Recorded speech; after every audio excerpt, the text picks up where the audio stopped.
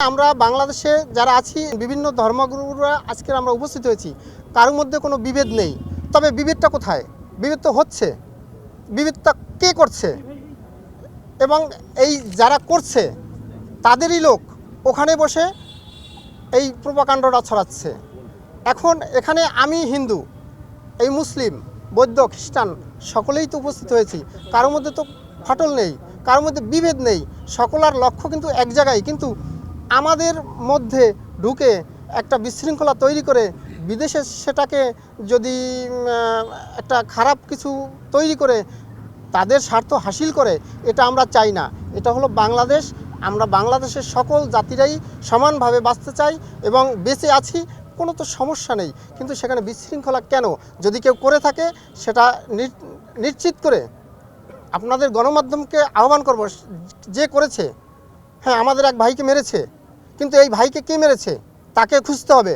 এখন ওই এক ব্যক্তি, সে কি আমি হিন্দু না মুসলিম না সেটা দুষ্ট, সেইটাকে খুঁজে বের করে আমরা আমাদের শাসন চালাবো। কিন্তু এইটাকে পুঁজি করে মাছের আদারির মতো হিন্দুদের উপরে একটা চড়া উঠিয়া সে একটা বড় কিছু তৈরি করে নিল, এটা আমরা চাই না। আমরা এখানে সবাই হিন্দু মুসলিম ভাই ভাই সমানভাবে বেঁচে থাকতে চাই। আমরা সবাই একমত হয়েছি। গতকাল আমাদের রাজনৈতিক দলগুলো এসে যে কথা বলে গেছে তার সঙ্গে আমরা একাত্মতা প্রকাশ করেছি যে এই মুহূর্তে আমাদের বাংলাদেশ একটা কঠিন সময়, আমরা একটা স্পর্শকাতর অবস্থার মধ্যে আছি। তাহলে আমাদের ঐক্যবদ্ধ থাকতে হবে, এটা আমাদের প্রধান কথা, আমাদের ঐক্যবদ্ধ থাকতে হবে। আরেকটা বিষয়, আমাদের হিন্দু ভাই বোনদের তাদের মনে এই ঘটনার পরিপ্রেক্ষিতে ইসকনের ব্যাপারে তাদের মনে একটা ক্ষত, তাদের মনে একটা ক্ষোভ, তাদের মনে একটা কষ্ট। তাহলে আমরা প্রধান উপদেষ্টাকে বলেছি যে আমাদের এই ক্ষোভটাকে নিরসন করতে হবে, নিরাময় করতে হবে, এই ক্ষতটাকে নিরাময় করতে হবে। আমরা বলে এসেছি আমাদের যাদের মনে এই ঘটনার পরিপ্রেক্ষিতে যারা কষ্টে আছে, ক্ষোভে আছে, তাদের অনেকেই কিন্তু আজকে আসে নাই, তাদেরকে নিয়ে যেন প্রধান উপদেষ্টা তাদেরকে নিয়ে বসে।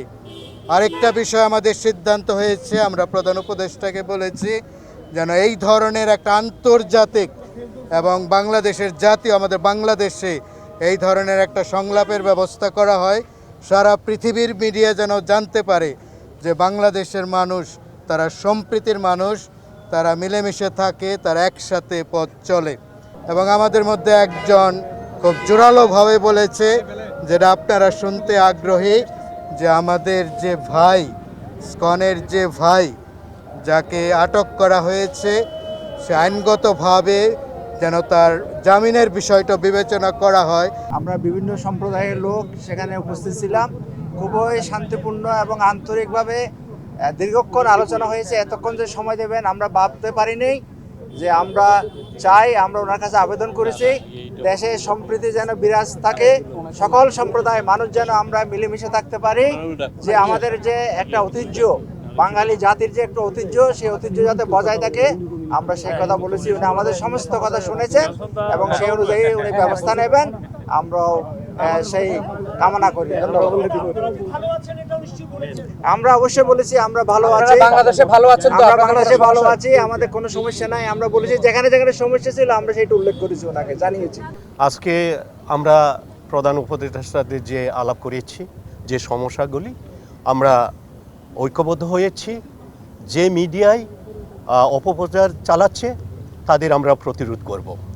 আমরা ঐক্যবদ্ধ আছি, এই সরকারকে আমরা সহযোগিতা করব। আমরা বাংলাদেশের মানুষ কেমন আছি, বিশেষ করে আমাদের অন্য ধর্মাবলম্বী যারা আছেন মুসলিম ছাড়া, তারা কেমন আছেন, তারা তাদের সেই অবস্থা ব্যক্ত করেছেন। তো আমরা লক্ষ্য করেছি যে এখানে আমাদের মধ্যে আলহামদুলিল্লাহ চমৎকার ধর্মীয় সম্প্রীতি বজায় আছে। সেটিকে সামনে আরও কিভাবে ভালোভাবে ধরে রাখা যায় সেজন্য আজকে আমরা কথা বলেছি সবাই। আইনজীবী আলিফ হত্যাকাণ্ডের পরে সারা বাংলাদেশে মুসলমানরা অত্যন্ত ধৈর্য এবং সংযমের পরিচয় দিয়েছেন।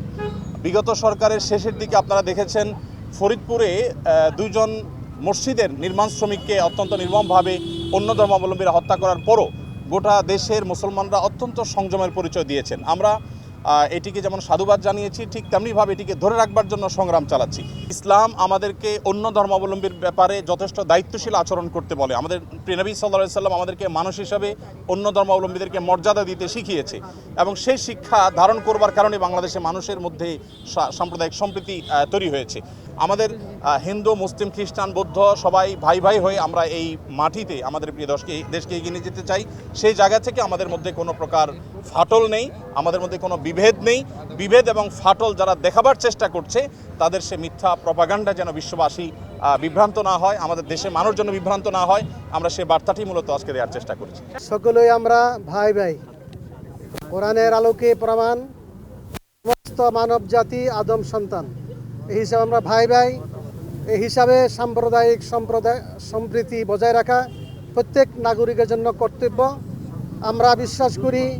এবং বেশ কয়েকজন অমুসলিম ভাই আজকে স্বীকার করেছেন বাংলাদেশে সংখ্যালঘু নির্যাতন হচ্ছে না, বাংলাদেশে সাম্প্রদায়িক সম্প্রীতি আছে। সাম্প্রদায়িক সম্প্রীতি নাই পাশের দেশে ফরিদপুরের মধুখালীতে হিন্দু সম্প্রদায়ের কর্তৃক আমাদের 2 জন হাফেজ ছাত্রকে হত্যা করা হয়েছে, তারপরেও কোনো বাংলাদেশে সাম্প্রদায়িক দাঙ্গা হয় নাই। আমরা এটা পুরো বিশ্বাস করি। আমরা যে কোনো সময় আশঙ্কা বোধ করি, আমরা অমুসলিম ভাইদেরকে পাহারা দেই, তাদের মন্দিরকে পাহারা দেই। আমরা সাংবাদিক ভাইদেরকে সহযোগিতা চাইব বাংলাদেশের সাম্প্রদায়িক সম্প্রীতি প্রচার করার জন্য। এবং সাথে সাথে আমরা বলে আসছি, আমরা সকলেই দেশের স্বার্থে ঐক্যবদ্ধ আছি। সকলে মিলে দেশের বিরুদ্ধে যারাই ষড়যন্ত্র করবে তাদেরকে ঐক্যবদ্ধভাবে কঠিন হস্তে দমন করব ইনশাআল্লাহ।